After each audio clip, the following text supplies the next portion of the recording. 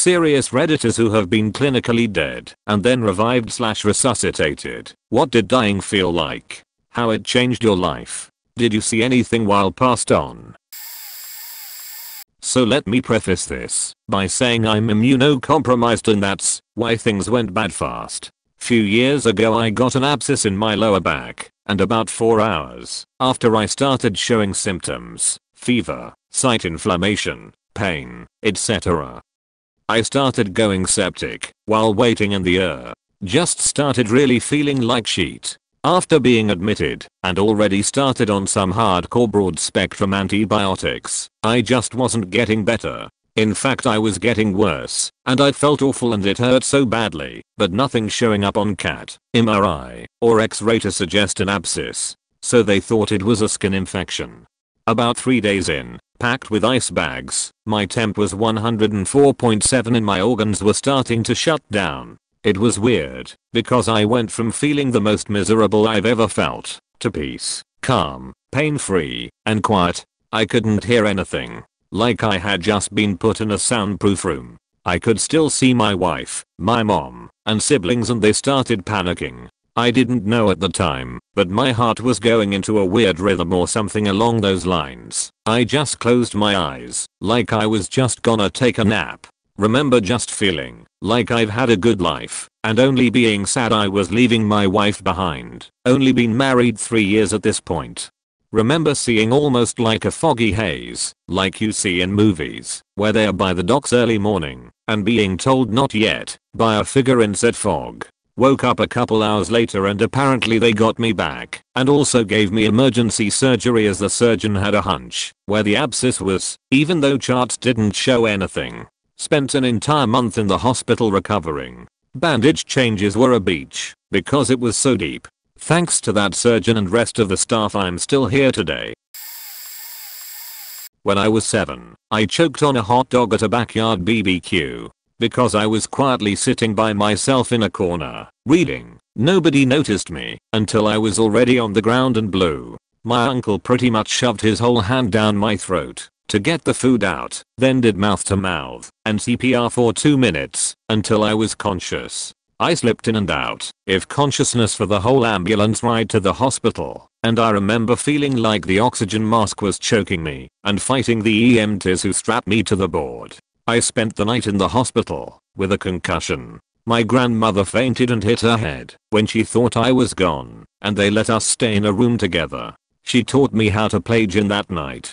Anyway, my strongest memory is feeling the world slip away from me. I was frozen. I knew that I was going to die, and I was too scared to move. My whole family was on the other side of the yard, and it felt like I was being pulled away from them into nothingness. I don't remember any bright lights or anything like that. What I remember most is a sudden burst of noise. It was total silence, and then sudden screaming and crying. I think that was the scariest thing of all. To wake up to the sound of both my parents and even my super stoic grandfather just wailing.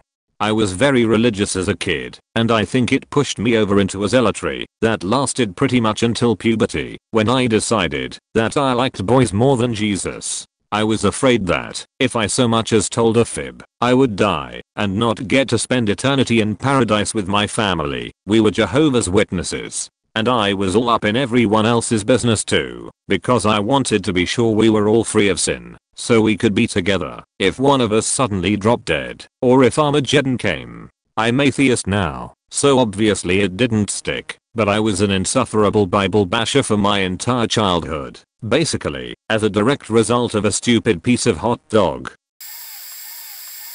When I was 10 I had a big accident, getting run over by a homemade hayride on a trailer trying to scare my friends at a Halloween party. I tried to jump on, but failed. I don't remember what happened next, except the crushing weight on me, and knowing I was going to die. I did not see anything. It was different than being asleep, but I can't describe it. I was unconscious and not breathing. There was just nothing. It may have been 2 or 3 minutes, but I awoke again to being held by my dad and him running for the house. I gasped for breath, and everything was spinning. I couldn't really process what happened, and couldn't really feel much either. I took an ambulance ride to the hospital, and stayed there for 4 days with multiple broken ribs, and a punctured lung. Looking back, it all blurs together. Being made truly aware of my mortality at age 10 has made me more careful. Thinking back to the feeling of dying, it's horrible. I was too young to die and still am. The feeling of everything slipping away.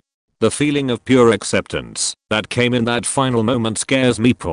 But it's a good lesson for me and everyone else. Since then, there have been times where I've felt like not living on. But dying once before is a good reminder. All my friends and family were horrified. They can still recall how terrible that night was for everyone. I can't imagine how all my 10-year-old friends felt thinking they've just seen their friend die permanently. I especially can't imagine how my dad felt trying to get me out from under the wheel. I've experienced so many good things since then. Things I didn't even know could happen. I'm still in a bad place, but dying once reminds me why there is still something worth living. Back then I was young and not ready to die. I still am. I've got things to see and places to go and people to love. I want to live a few more decades. I've learned I never know what good things life holds in store for me. And even though bad things have happened too, things that have crushed me, I wouldn't forsake the good things that happened ever. This is very wordy, and I don't know if anyone will read this, but my point is be careful and remember life is worth living because there's so many good things that can happen in the future that you can't even imagine yet. Sorry this is so cheesy, but I felt the need to say it. Not sure how much of this counts. I was barely lucid, and a lot of my perception at the time was fuzzy, plus I didn't get any confirmation that I was clinically dead, or if what I experienced at the time was a hallucination. My last suicide attempt was on February 2020. I drank about 2 full bottles of Abilify, antipsychotic used to treat schizophrenia. Dosage was 15 milligrams per tablet, which is the highest dose, and after some convincing from a close friend, decided to call an Uber and go to the ER before I completely passed out. Once in the reception at the ER, I was brought almost immediately into care and was pumped and given liquid charcoal. After a lot of vomiting, the liquid was black and it left stains on my hospital gown. General mess and fading conscious. I was left in the care room by myself with a heart monitor attached to me. I had type 2 diabetes at the time, and I believe their largest concern was my blood sugar being affected by the Abilify. All the while, I struggled to stay awake. I was pretty apathetic to my own situation at that point. If I died, I died, and nobody would be there to help me or see my death. My family lived, and still lives, halfway across the world, in Asia, and the close friend who I consulted lives in the US. I'm located in Canada. I'd just broken up with my 3-year significant other, and I'd dealt with a host of mental issues from neglect and abuse for a majority, if not my whole, life. I remember fading in and out of consciousness, and in general feeling very slow. It's a funny feeling when your heartbeat is so slow and quiet that you begin to notice when it beats. I couldn't move. I could barely keep my eyes open, and at several points I drifted away and heard a really loud, continuous beep from my monitor. I remember the emergency nurses would come in and out of the room. They said things, but I don't think I registered them. It's all a blurry memory by now, but what I remember most from that experience was my apathy. I didn't really care what would happen next. I was just tired. I wanted to fall asleep. I just didn't care anymore.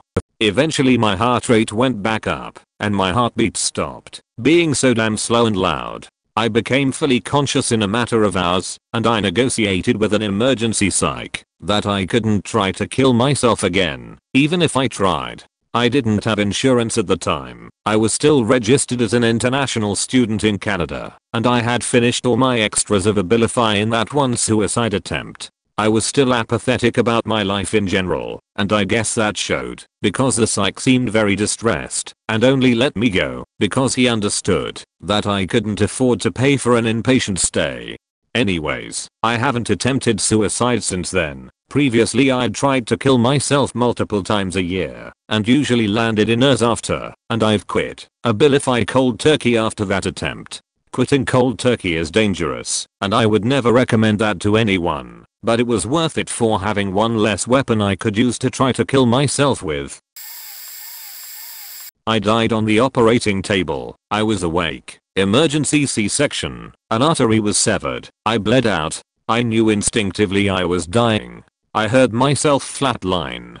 There was this strange sensation like a suction pulling me out of myself. I saw my body, lifeless, masked doctors and nurses rushing about, and then there was darkness. I was aware that I was no longer an individual, but part of something so much bigger. There was no fear or pain. I was at peace. I knew as if being told, but not in words, almost a collective knowledge, that I had a choice to remain in that peace or to go back into my body.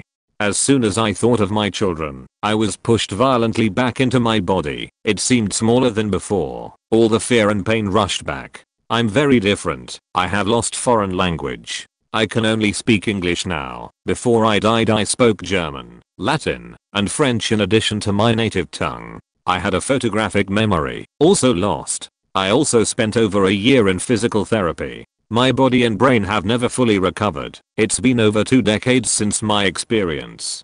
For a long time I thought my condition was punishment for rejecting heaven. I have suffered chronic illness, autoimmune disorder, crushing depression, but I'm still here. There is more to this existence than I can understand. Love with your soul. In the grand scheme of things, love is the only thing that matters. Love is stronger than death. Love is the reason I came back. I'm kinder now, more patient. What I lost was so little compared to what I have gained. It took death to teach me how to live.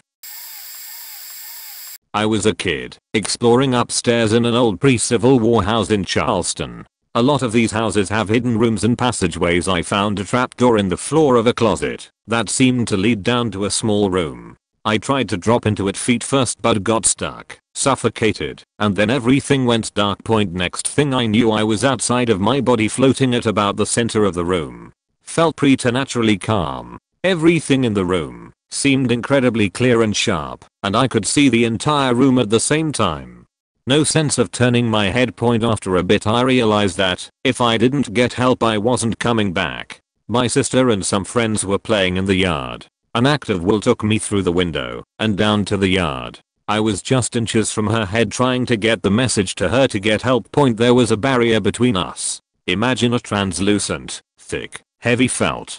Realizing I had to breach the barrier to reach her, I poured everything I had into getting the thought help me. To her it worked, and she ran inside to tell the adults I needed help. They rushed upstairs, pulled me from the hole, and started rescue breathing. Like a switch flipped, I was back in my body, coughing and choking. Everything seemed to swim in and out of focus for a bit afterwards. I still feel the presence of that barrier from this side, of course. It's been a constant companion since that day. I didn't see or meet anyone while there. Knowledge, however, seemed to be instant or even instinctual. I knew somehow, for example, that the default setting was to shortly move away from my body and not be able to return. And also that I had a short time in which to take some kind of action. It wasn't frightening or fear-inducing, it was just a choice.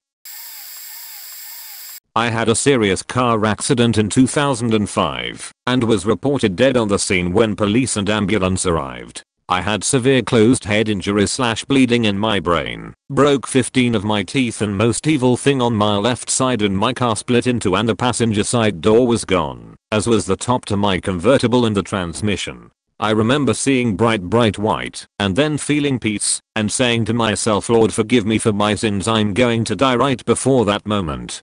The peaceful light felt like it only lasted a few seconds and then nothing. Then I woke DK hearing sirens of what sounded like we're way off in the distance, but in fact they were right there. An officer and bystander were standing beside me saying, oh my god, she's alive. Do not move. Don't move whatever you do. They lowered the stretcher in to transfer me without moving me, and one of the officers rode on the ambulance to the hospital with me. I didn't feel the pain until we were almost to the hospital, because I was in shock. The same officer came to visit me in the hospital and said I do not want to go look at my car. He gathered things that had been spilled all over the road that Jay might need. Thank God my baby wasn't in the car. Her car seat, though buckled in before the wreck, was however many feet from the car into the entranceway to the interstate. I don't know how many minutes I was determined to be dead, but I do know I was serious enough and freaked everyone out at the scene that I'd come back to life. They'd not even done assistance to bring me back apparently, because I was declared DOA, no visible activity. I get flashbacks from it still. Also have seizures, and had a serious anaphylactic reaction, lost my airway, and kept going into seizures, and was dying of suffocation one time in 2012, was rushed to the hospital, had about 30 ppl working on me, and remember them having to intubate to keep me alive, but I threw into another uncontrollable secure, and heard them say we're losing her, and saw all them working on me from over my hospital bed in the trauma room -1, apparently, after them working to bring me back, and being in ICU for 7 days following. I told people about me hearing and seeing as they said we're losing her, that had happened, but they said no way should I have known that, because I had coded before it happened. But they'd pushed the last attempt of epinephrine and a few other meds and my heart didn't handle it well. Presumably, they managed to get me back to life fairly quickly, but after these things I've been through, I've decided to research further into them, as to what others have experienced, other things surrounding, whether declaring someone brain dead is ethical in determination of actual death or not, etc. to find that wow. While I knew I'm not the only one this has happened to, some stories have astounded me to know. I'm a firm believer in the Lord, and know my life has purpose, but to die twice and come back? That I've not seen in many patient cases. I do have some severe medical problems. There are a few times I've almost died. Outside of these two occurrences, I think the will to live has a lot to do with someone being able to temporarily escape death, but I also think the Lord's hand was on me each time. My prayers are that anyone else out there who's experienced this phenomenon, as well as those who haven't, that they will seriously give thanks to God Almighty for every blessing that life brings, and never take for granted their own heartbeat and breath or that of others. Life is precious. Long story here, so saddle up. It was 2000. I was a 10-year-old boy in transit with my family to live on a military base in Baumholder, Germany. We left from Texas, so we had a grueling itinerary of buses and planes to make our journey. After about 20 or so hours in motion I start to feel feverish. We are just ending what was a 6-hour bus ride into base to be temporarily placed in barracks housing. When it was time for me to get up and walk down the aisle of the bus I could not use my left leg very well at all.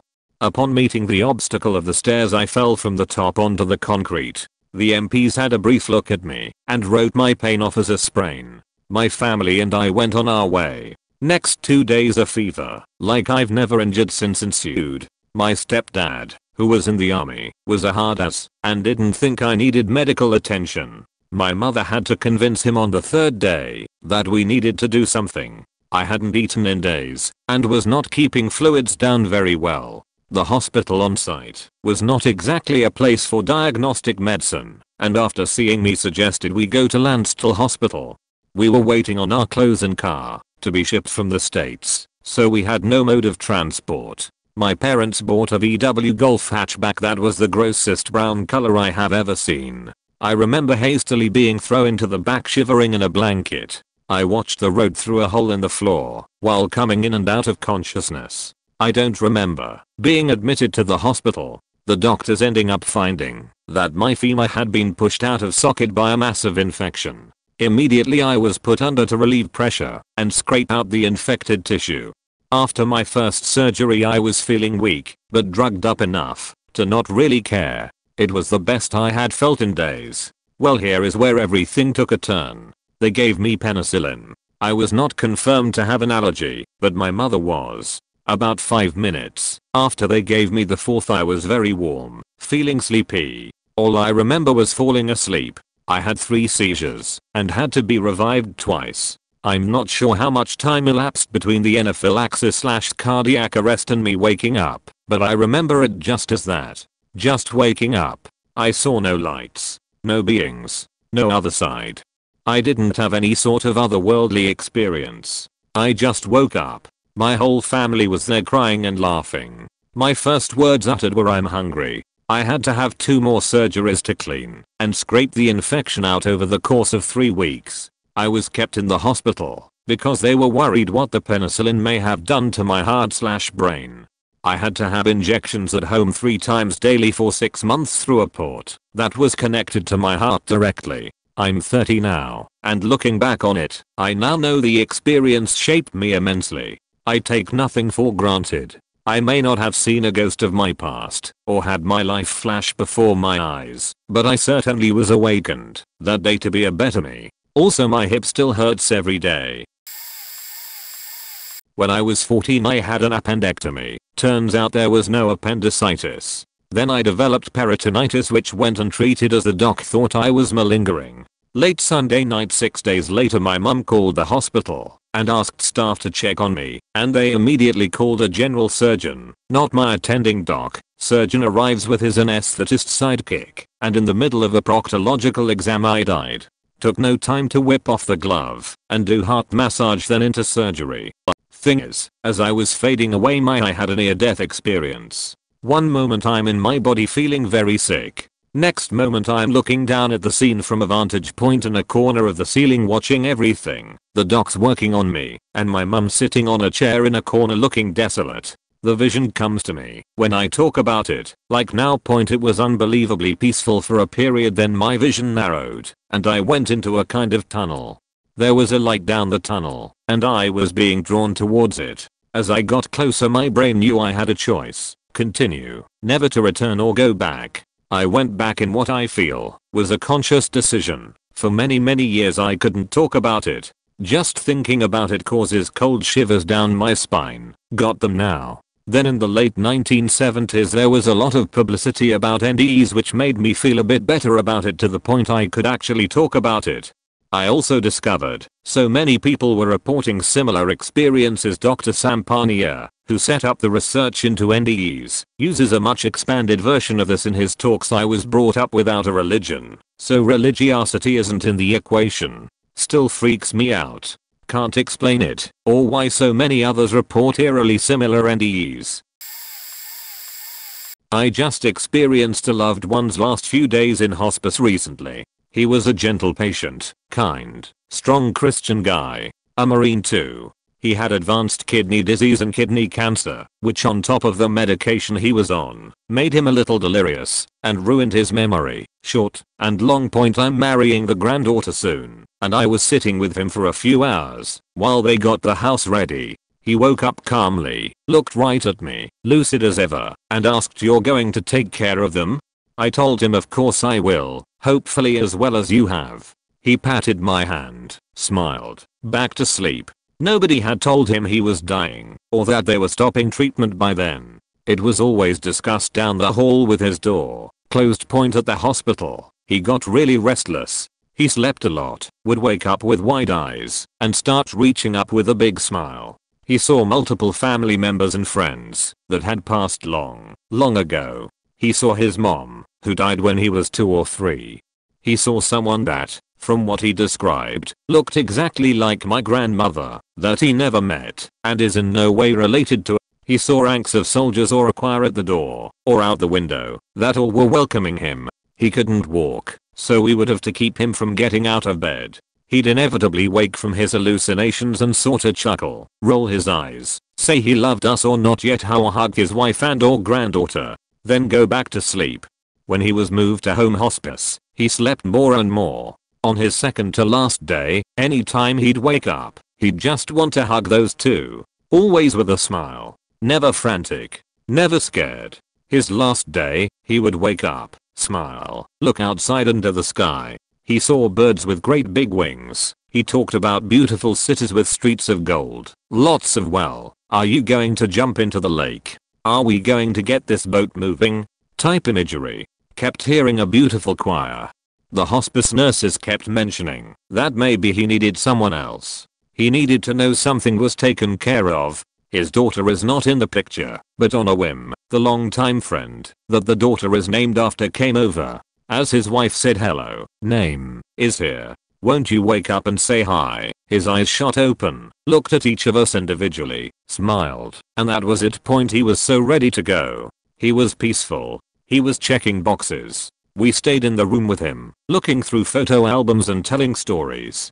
According to the hospice nurses, that was when he was calm. Otherwise he was fussing and reaching, and ready to head on out. I've had a lot of sudden loss in my life that was scary. They're here now, they're not stuff. I've never been able to witness multiple days of slow, peaceful dying. It was beautiful. It was calm and methodical, and in a weird way, Happy point also, hospice nurses do such a wild, incredible job and his passing would have been so miserable without them.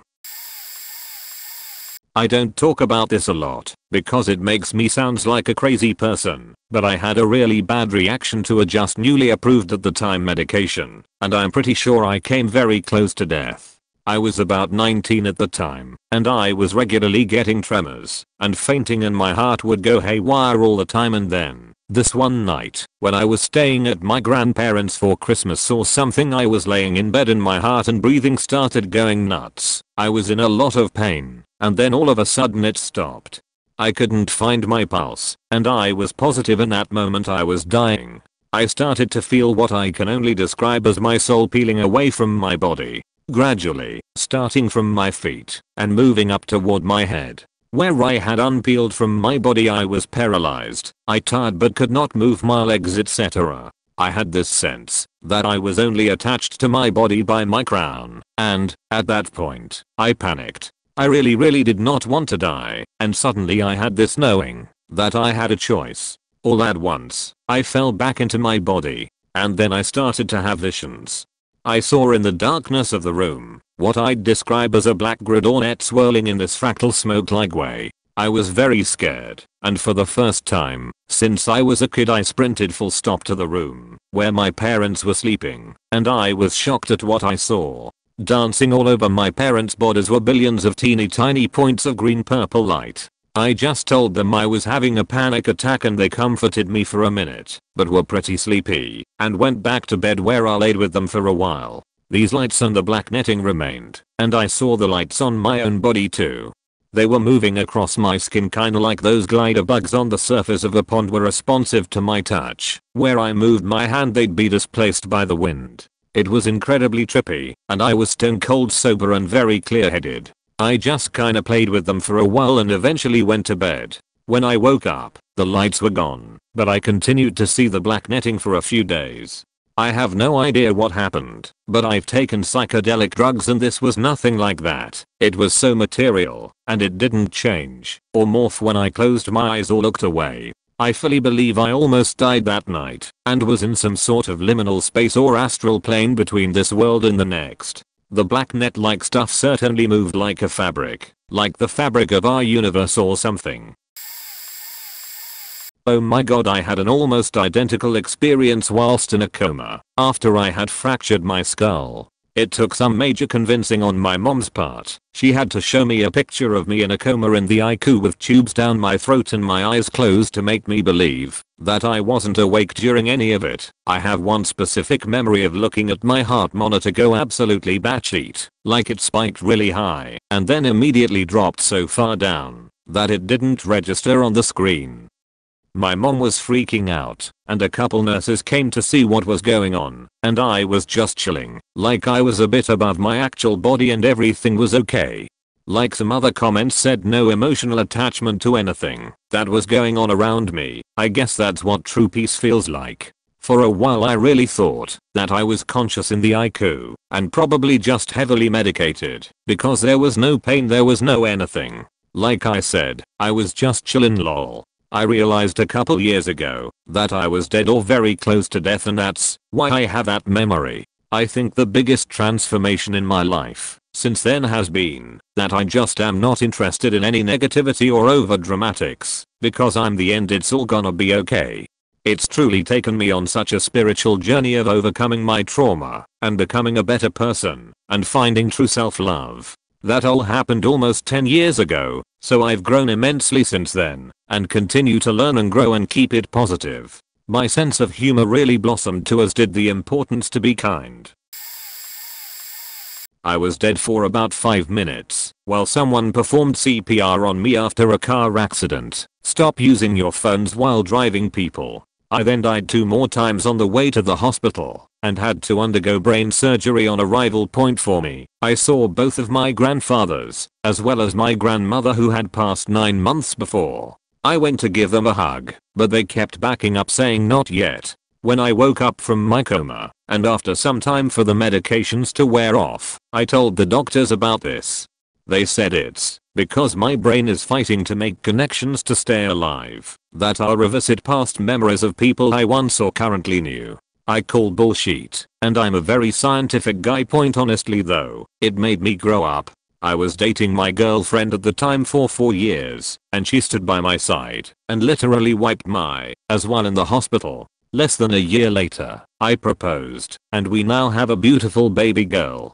It made me realize how quickly life can change, and how useless it is to waste your time getting mad over the little things. Life's just too short for that, and you need to always try to look at the positives in any scenario. If you can't find a positive, use it as a learning experience for next time, and move on. Point I will tell you one thing though, I'm glad I don't remember how it physically felt. I don't think I'd have been able to handle that.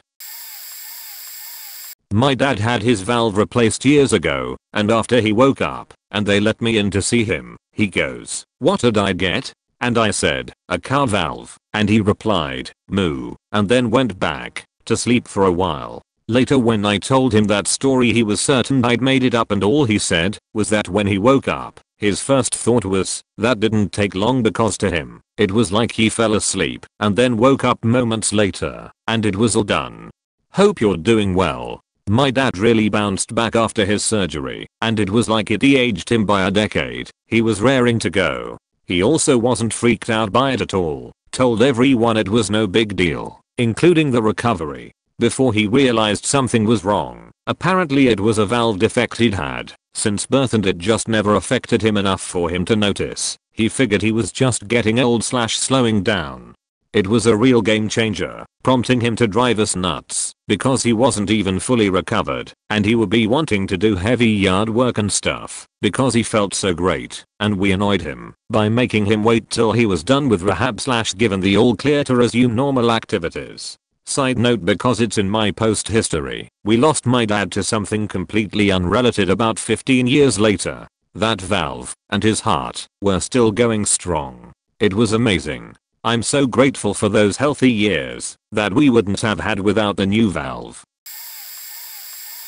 Drowning when I was younger. It was a brief fade into a state of awareness of non-existence without thought or feeling. My vision cut out. It didn't fade to black, I just stopped seeing. Then, my thoughts. It was like all aspects of my consciousness, from my senses, my memories, my emotions, and my sense of self, was just fading away in an instant. It reminded me of an old computer monitor / TV screen, where you get that staticky blip, and then the after image on the black screen fizzles away. It felt amazing.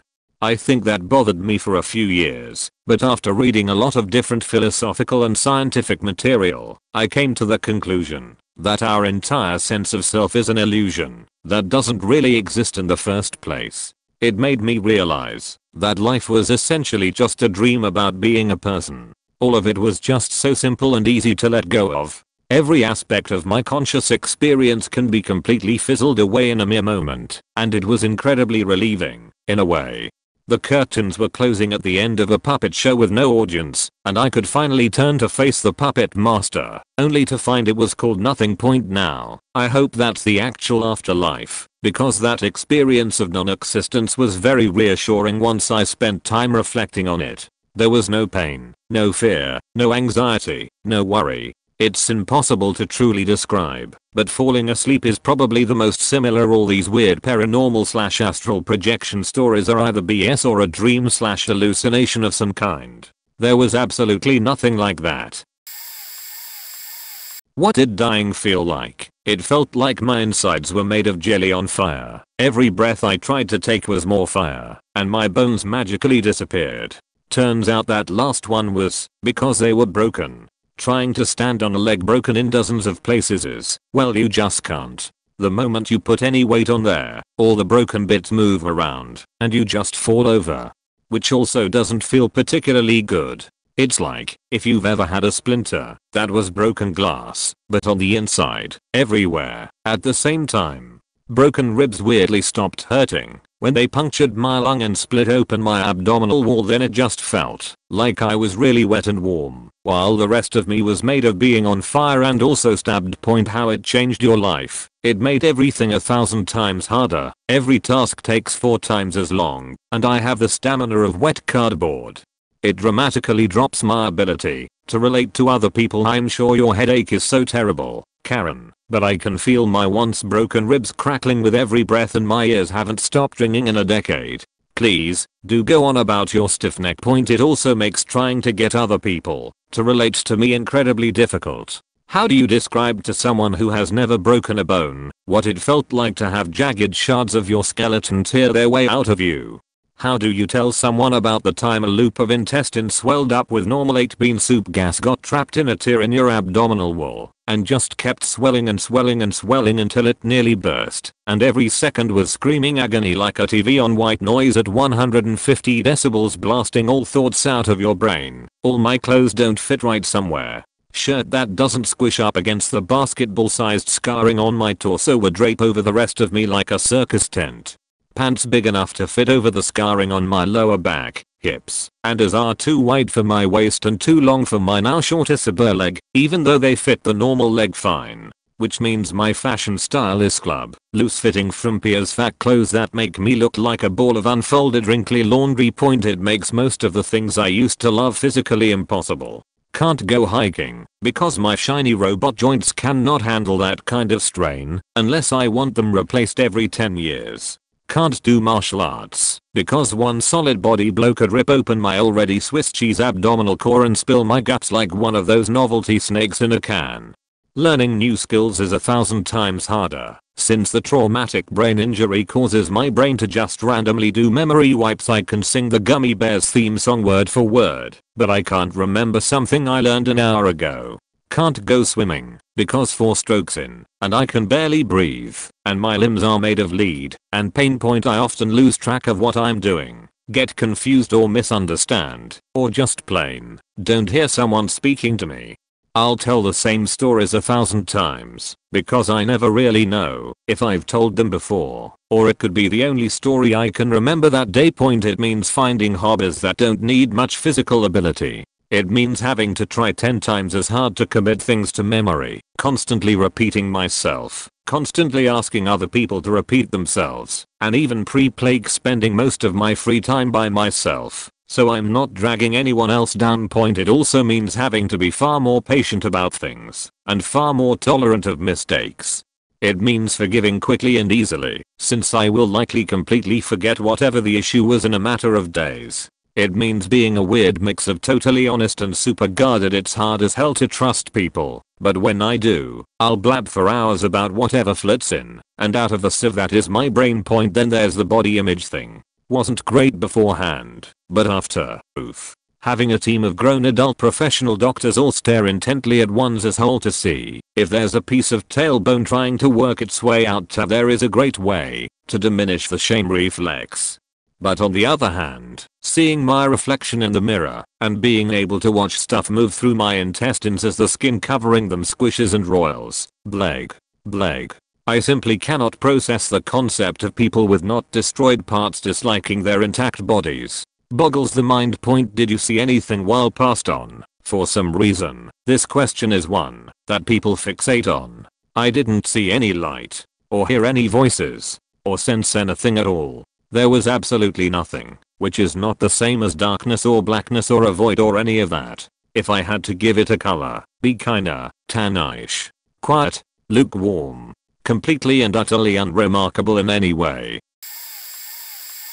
I maybe wasn't clinically dead, but I overdosed on pain pills in my parents' guest bedroom. I was in the middle of a really bad opiate addiction and I remember laying in the bed, fading into unconsciousness, feeling my breathing get slower and slower, and then I wasn't in the bedroom anymore. I was in a big mud pit, naked and freezing. Everything was dark and cold. I could see myself in third person, and I was trying to crawl out but kept slipping. I was crying. I didn't mean to. Over and over. Then I was back in my body, in the pit, and I just curled up and cried. I felt so ashamed, sad and disappointed in myself. Such a waste of a life. Slowly, a sparkly golden light/cloud moved over the top of the pit. It was warm and exuded extreme compassion and love. I cried to it, "I'm sorry. I didn't meant to. and with more love and kindness than I could ever describe. It says I no point I woke up to my mom shaking me and crying and yelling my name.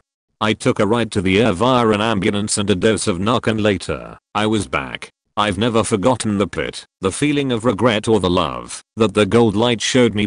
This was 15 years ago, and I've been opiate free since then. Even went through an ACL tear and surgery without opiates, minus what I received in the hospital. My life hasn't been perfect, but it's been so much better since I stopped using pain pills. I had an asthma attack at age 15 that landed me in a coma on life support for 10 days.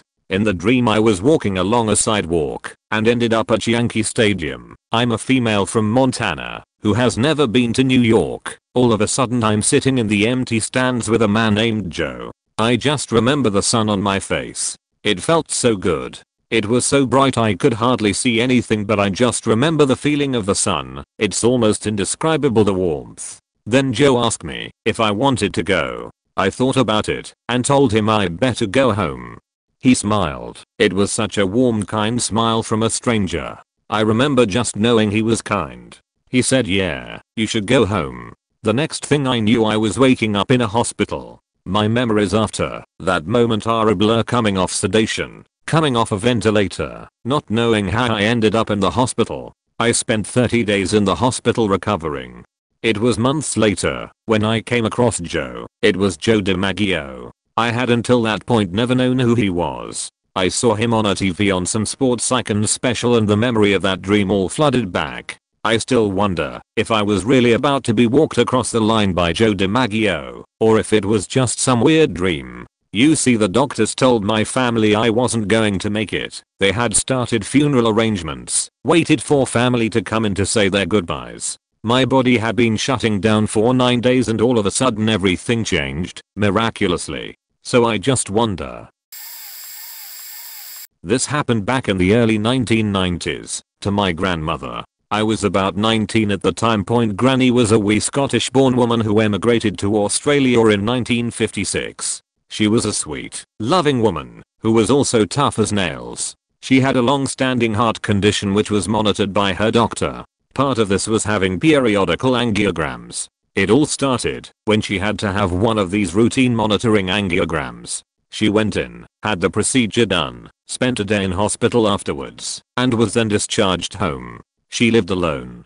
She started feeling unwell a few days later and took herself to the doctor just in case. He said she had an infection and gave her antibiotics. She did start to feel better. The next day she came to stay at my family's home because of various family things that were going on. It was just easier for her to stay with us as she didn't have her own car and never drove. Just as well she did. She started feeling unwell again after only a couple of days on the antibiotics. So she saw our family doctor and he gave her something else, but said that if she wasn't feeling significantly better in 48 hours, go to the hospital. It was less than that.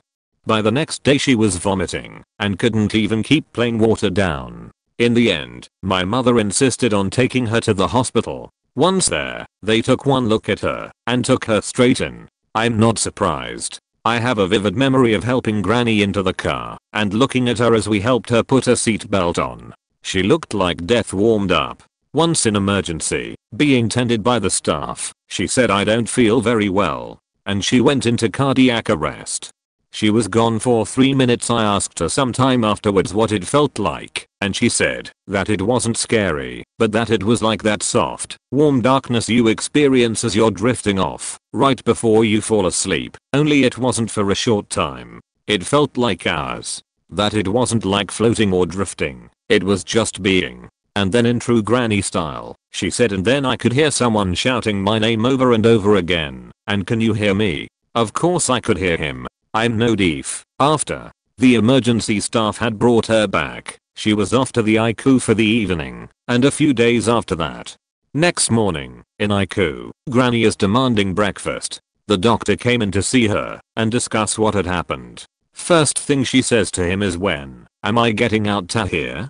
She was never fond of hospitals. He replied something like, "I honestly couldn't say. According to the test results from last night, you shouldn't be here now." She paused and replied, "Well, I haven't got time to die." I've got too much to do. And that pretty much sums her up. She passed away in August 2012, aged 91 and a half. I was only 5 weeks old, so don't remember anything.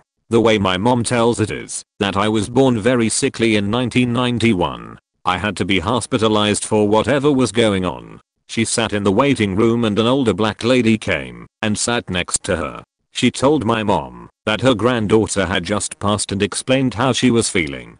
She was, of course, sad, but she had very strong religious beliefs and believed they would one day be reunited, so her sadness was bittersweet. She spoke with my mom for a bit about things and just put her at ease. Then she got up and walked off. Shortly after, the doctor came and got my mom and told them that I had died. The nurses had performed CPR for quite some time and the doctor called it. My mom fell apart there. Within a few seconds of the doctor telling her that I had died, the doctor was called back to my room. My heart had suddenly started beating again. The doctor couldn't explain it, other than saying that it was a miracle. My mom eventually wanted to go and find the older lady and tell her the news. According to hospital staff, there was no one there who met her description and they did not have any children die there that day. My mom has never been super religious, but she still believes that the woman was an angel or something. As for how the story of my death affects me, I don't know. I'm very laid back and don't sweat small things in life. I don't get worked up. I'm not fearful of death. Not really. I know it is an inevitability and that every moment we have with our loved ones should be cherished. When people ask why I'm so calm about things, I usually say something along the lines of I've already died once. Why worry about anything else? When I was around 14, I got into a school fight over one of my friends that happens to be a female. The person who I had fought, let's call him Mike, was harassing her. The typical stuff from Back to the Future Biff harassment. One day I just got fed up with it and I sucker punched him. I was a short skinny kid and he was the typical high school jock. Well, another thing comes and goes and I'm knocked out. According to the people on the scene, students, teachers, whatnot, when he hit me I fell back and hit my head on the concrete wall before falling sideways on the concrete floor. This was outside. I didn't remember much. It just went black. Then I could hear a faint ringing, like a doorbell or a buzzer. I could hear distant cheering and screaming. It was like I was being pulled away from my body. I couldn't do anything. It was almost like I was frozen in space. It felt like only a few seconds, and I could see blurry figures, but it was like I was zoomed out. Everything was black around these blurry figure, and just like that I'm slowly waking up. Sitting next to me was a paramedic, and another one to my left. Everybody else was gone, as if they put a lockdown so nobody bothers them or whatnot. According to them, I was dead for around 25 seconds when they arrived before resuscitated me. Until this day, I was scared. People describe it as peaceful, but I was scared. Me distantly falling backwards out of the light, into nothingness. No pain, no feeling, just the distant yelling and shouting falling farther and farther away. I was scared that I would never go back home, and I don't think I'm ready to die today either. I clinically died for a few minutes in 2015 from a 25 boom, fake acid, overdose. I remember time freezing and seeing things in a disorienting haze, but I was still thinking and conscious in real time. While things were frozen and I couldn't move my body, darkness overcame me, peripheral vision, and soon into my vision point I felt a strange sense of relaxation and comfort, as it felt like a calm in the eye of a hurricane as things went to black and pins and needles were filling each and every sensation my body has the capacity to feel. I fell into darkness and hellish imagery came up as my life flashed before my eyes in slow-mo, yet so fast. Every single key moment in my entire life, almost like Judgment Day, my friends saw my eyes roll back into the back of my head and my breathing was labored. Then I seized and choked on my own vomit as I stopped breathing. Then he thankfully called 9/11. After they brought me back, I was put into a medically induced coma for 3 days to get my levels back and see if my organ function would return to normal. It thankfully did. Point what I remember about dying is seeing things in a blurry slow-mo and remembering key parts of my existence. seeing then how delicate everything is, and what I was doing with my life would ended as I thought I was invincible for so long. It all had a sinister overtone, like being walked through a slideshow of everything good and bad I've ever done. Within the split seconds of me dying after all that, I faded to black and nothing came from that, which made me a nihilist for a while, as I believed truly that nothing came after a twisted nostalgic slideshow of your life. Not sure what I believe now, but I believe in more than our one perception of life as we know it, and I do believe in something bigger than myself. I probably hadn't died, but I thought that was what dying felt like. When I was around 10 or 11, I got 103 fever. I felt chills and everything you feel when you have a high fever, and I was resting. One evening, I was lying on the sofa when I felt extremely lightheaded and nauseous. I had to throw up. The bathroom was right in front of me, down the hallway, hardly 20 feet away. I got up and walked, but with each step I felt myself losing consciousness. I finally got to the bathroom door, opened it and walked 2 more steps, and kneeled before the bowl, gagging. Nothing came out, and I was so lightheaded and nauseous I sat on it, without putting the cover down, before I lost balance, and fell right in, my hands and feet dangling out, and my head hitting the porcelain rim. In that moment, I couldn't hear anything, and I couldn't breathe. I felt like I was slowly slipping away from reality. The bathroom lights were fading away. But then I heard my mom call out to me, a shirt in her hand, that she was pressing, which she tossed away, and came to get me up. That moment felt like a harsh awakening, like someone pulled me back into reality, and I was low-key pissed. Nothing much happened after. I finally threw up, and then stumbled back to the sofa and passed out, feeling loads better when I woke up again.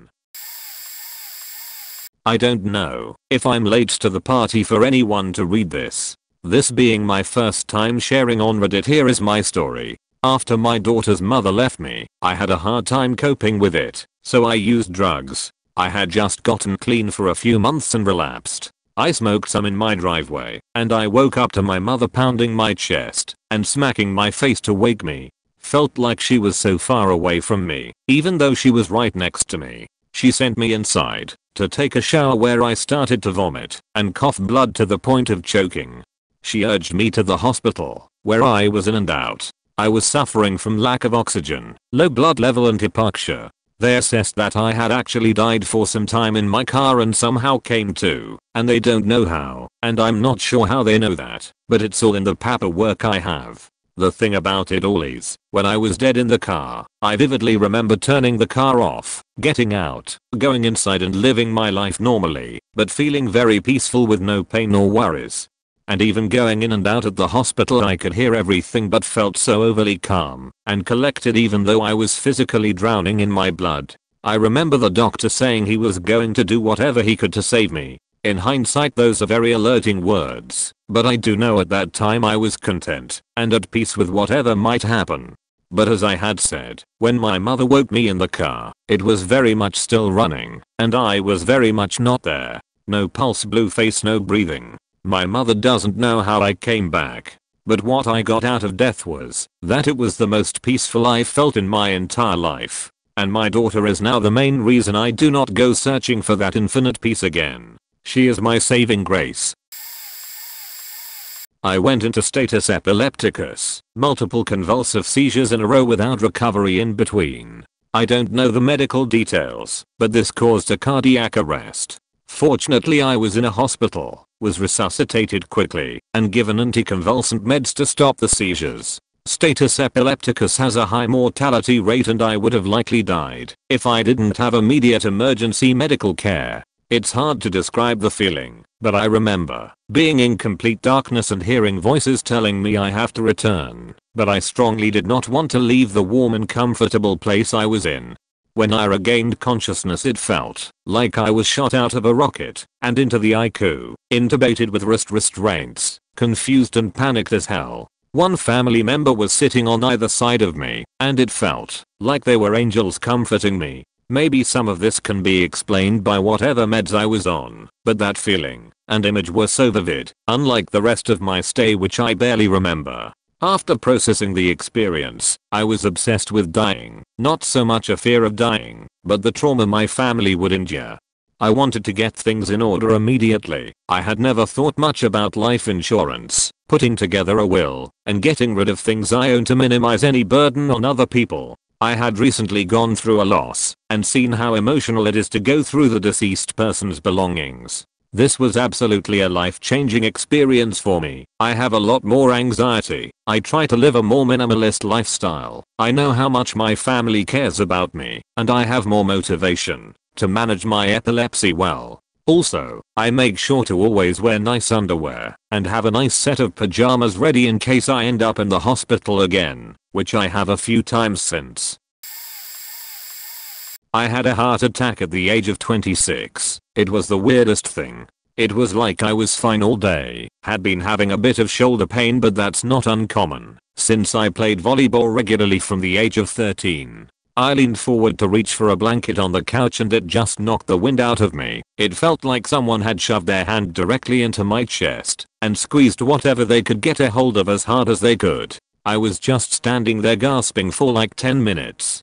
Then it subsided. It came and went about 4 times before finally the last time basically locked up my arm, neck, and jaw, and I just dropped. That's the last thing I remember, is looking at the chair legs beneath the dining table. My husband is trained in CPR for his work, and he said he jumped in immediately, dialed 911, and put them on speaker, and then started compressions. Ambulance came, let my husband continue compressions while they loaded us up, and took over once they got to the hospital. When I woke up, it hadn't been like sleeping at all for me. It was like time displacement. 1 minute I was in my kitchen looking at chair legs. The next I was looking at a hospital room with my mom and my husband waiting. It was disorienting, and I was in a lot of pain, and I had to keep asking what happened, because I couldn't believe I'd basically just blinked and opened my eyes to a completely different place from when I closed them. It wasn't like when you're sleeping and you subconsciously know time is passing. It's like there's a couple hours of my life that happened without me. I don't know how long I was dead for, but it couldn't have been too long. My husband said about 2 or 3 minutes. After he started compressions, I tried to bat him away, but the 911 operator on the phone told him to keep going. I don't remember any of that. I'd had preeclampsia during my pregnancy that had later miscarried. Turns out the high blood pressure had done some damage to one of my arteries, scat, and a clot had formed. I have a fib now, and some awful rib pain some days, but I'm alive and my husband is the person I thank the most for that. I died in a suicide attempt. I overdosed. It's strange, because this is the memory that is the most vivid in my head. I remember falling to the ground. I kinda let go. The 911 operator, I could hear her voice. It was very distant, as if you were to cup your hands over your ears. And my vision was blurry. I felt dizzy. Eventually my vision gave out, and what I saw is like when you stand up too quickly and all you see is static. It looked like that before going dark. I remember that, when my vision died out, my hearing and touch senses became stronger than usual. I could feel the floorboards still. And then I felt this tingling sensation, as if my entire body was one giant funny bone, and I had just hit it. And then my touch was gone. At that moment my hearing senses cranked up extremely loud. I heard this loud, sharp ring, and then everything went silent. For a split second I was watching myself. I was in a pitch black space, and I saw my mom. She's dead, but it's like I was watching a movie of myself watching my mom. The image left me, and my hearing was back. Still extremely muffled and faint. I could faintly hear an ambulance, and then again my senses were gone. All I felt was this strange feeling of comfort. I felt safe and calm. Fast forward to the hospital. When they were pumping my stomach, all I felt was flashes of consciousness. I kept fighting it though. I wanted back to that feeling of safety and comfort. I didn't want to live. I suddenly felt this heaviness on my right arm. And as weird as it sounds, there were suddenly shapes that I can't describe being flung at me in the complete darkness. And the heaviness was a sword that I needed to use to block the shapes. It was really terrifying, and I'm not sure whether it was my mind being crazy or if there's some psychological reason behind it. When I came back I felt so numb both physically and mentally, and I never wanted to experience that again. Yet a year later I overdosed a second time and the exact same feelings happened. It was so strange. Drowned in the Caribbean at 14. Stung by something on a night dive that stopped my heart. Revived on boat shortly after.